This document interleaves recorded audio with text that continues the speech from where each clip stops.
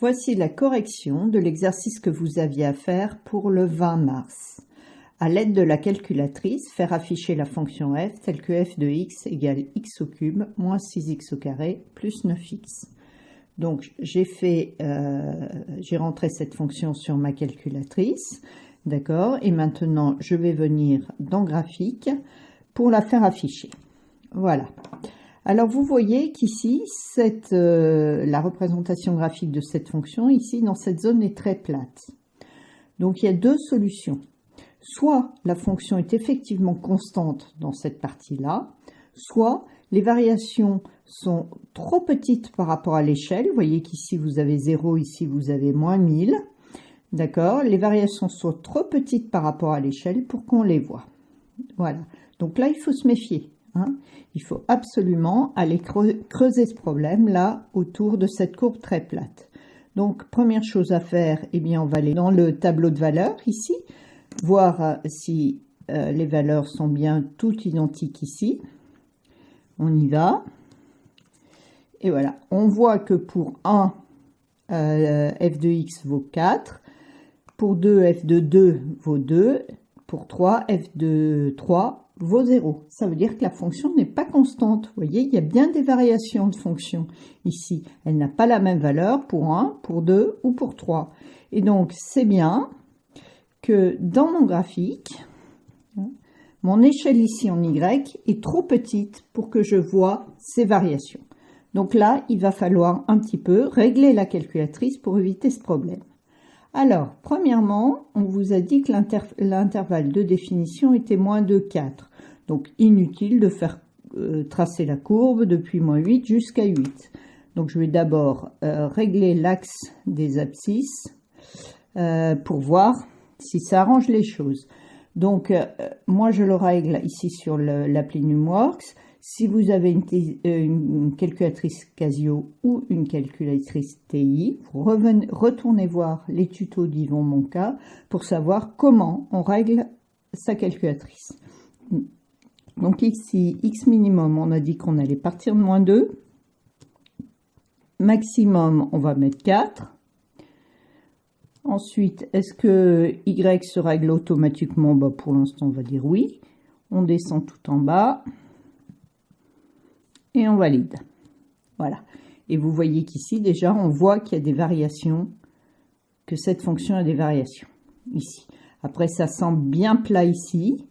Donc, on va recommencer et on va venir régler les Y. Peut-être que j'ai pas besoin, déjà, j'ai pas besoin de cette partie-là, ici. Donc, on va faire arrêter Y. On voit ici qu'entre 2 et 0, c'est croissant. Ici, après 3, ça sera croissant. On va faire venir, agrandir cette zone-là. Donc, on retourne dans les axes. Voilà.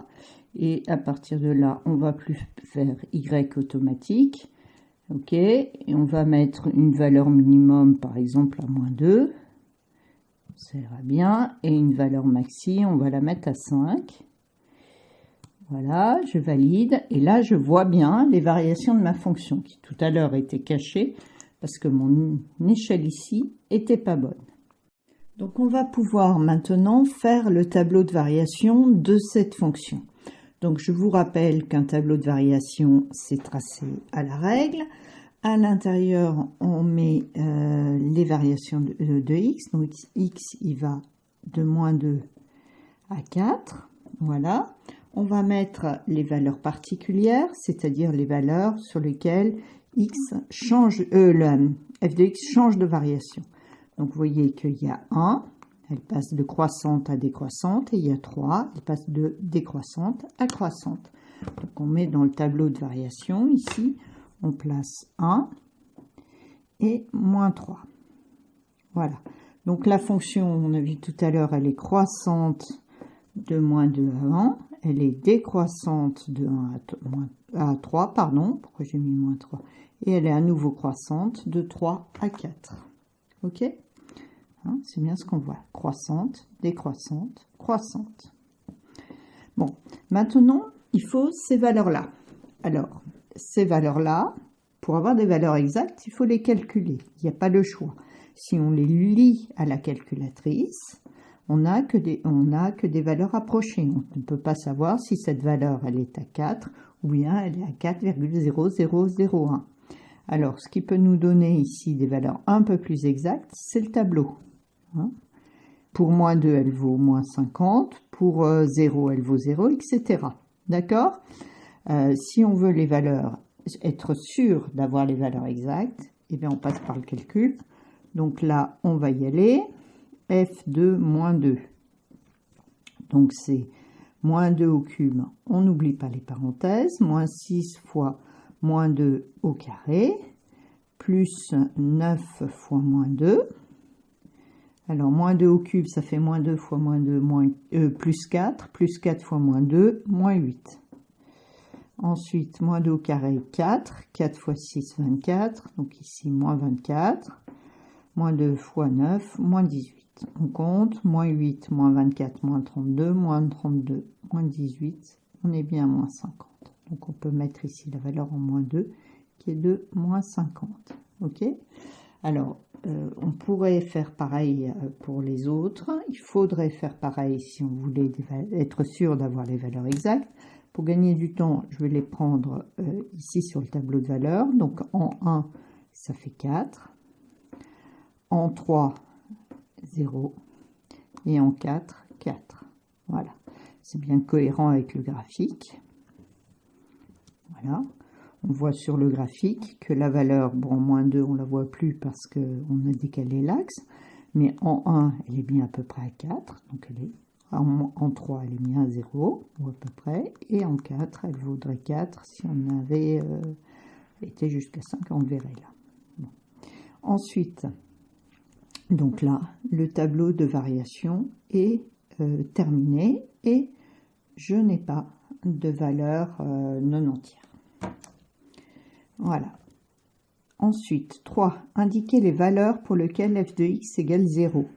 Alors là, pareil, si on veut des valeurs exactes, il faut impérativement calculer. Ici, à la calculatrice, on voit qu'il y a a priori 2 candidats pour avoir une image égale à 0, c'est 0 et 3, d'accord? Donc je vais vérifier par le calcul, je calcule l'image de 0, donc ça fait 0 au cube moins 6 fois 0 au carré plus 9 fois 0, ben on voit tout ça, ça fait 0 parce que 0 est absorbant.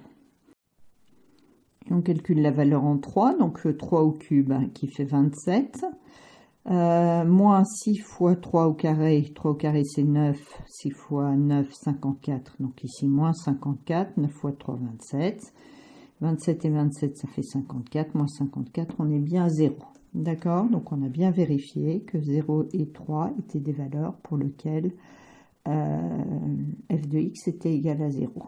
Alors, est-ce que ce sont les seuls? Ben là, je vais vous dire oui. Oui, vous allez admettre que oui, éventuellement, on pourrait agrandir l'axe pour voir ce qui se passe ici, mais on s'en sort plus. Donc, f de x égale 0 pour x égale 0 et x égale 3. Voilà. 4, quel est le maximum de cette fonction sur moins de 4? Alors on regarde juste dans cet intervalle, on voit sur le tableau, vous voyez, la fonction est croissante jusqu'à 4, ensuite elle est décroissante et ensuite elle remonte jusqu'à 4. Donc la valeur maximum, c'est bien 4 ici. Ok? Et là on le voit, la valeur maximum, elle est atteinte ici pour 1, elle vaut ici pour 1, elle vaut 4, et elle est atteinte une deuxième fois ici. Pour 4, elle vaut 4 aussi. Donc le maximum de cette fonction sur 0,4, le maximum sur moins de 4 et 4. Et voilà, l'exercice est terminé.